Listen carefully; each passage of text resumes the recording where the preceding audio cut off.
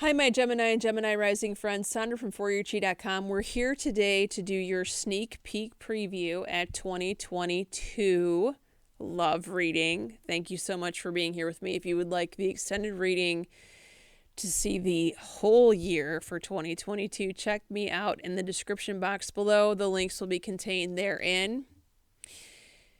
You have a very interesting year coming up. What do I mean by that? What I mean is, if there's a single Gemini or Gemini rising out there at the beginning of 2022, I would suspect that you are not going to be single for long. And you're going to have to get the extended reading to really see what I'm talking about here. But let's look at the beginning of the year. The beginning, the first quarter, looks very different than the rest of the year. In fact, it looks like night and day. Now, this card is definitely not a love card in this deck or in traditional tarot. Movements, choices, and decisions. You are trying to figure out what you're going to do, who you're going to choose, where you're going to wind up, and who you're going to meet next. Now, look at the advice card. Can you see that?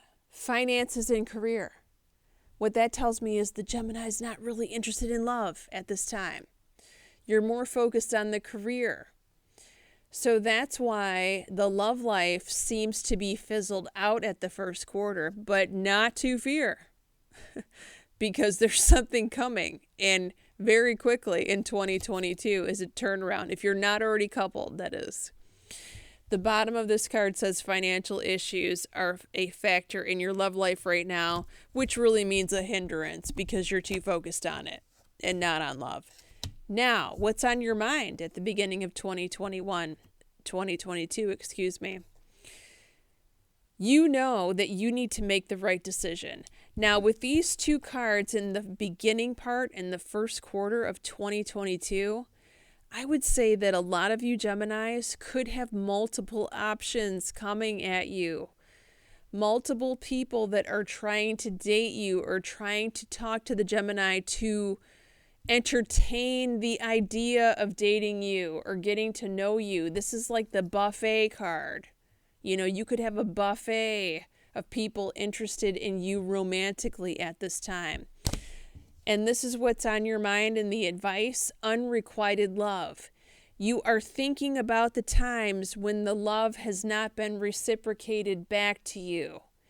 And that is a problem for you because you don't want to repeat the same patterns again. Very, very important, Gemini. Now, in these sneak peek previews, I'd like to give the signs, the tarot cards of who has shown up in your reading. We have the King of Swords, which is another Gemini. On top of that, we have the Ten of Swords, which exacerbates that Gemini, but also talks about the other air signs, Libra and Aquarius. So that's double air. Who's the next one? Oh, the fire signs, the Leo, the Sagittarius, and the Aries. So those are the signs that have showed up in your reading. And even if they don't have the sun sign, I would definitely check out the ascendant and the moon and the Venus, wherever their Venus is. Now for the ascendant, you have to know their exact time of birth, which I would recommend looking at their birth certificate if you can. In certain situations, I understand that you can't.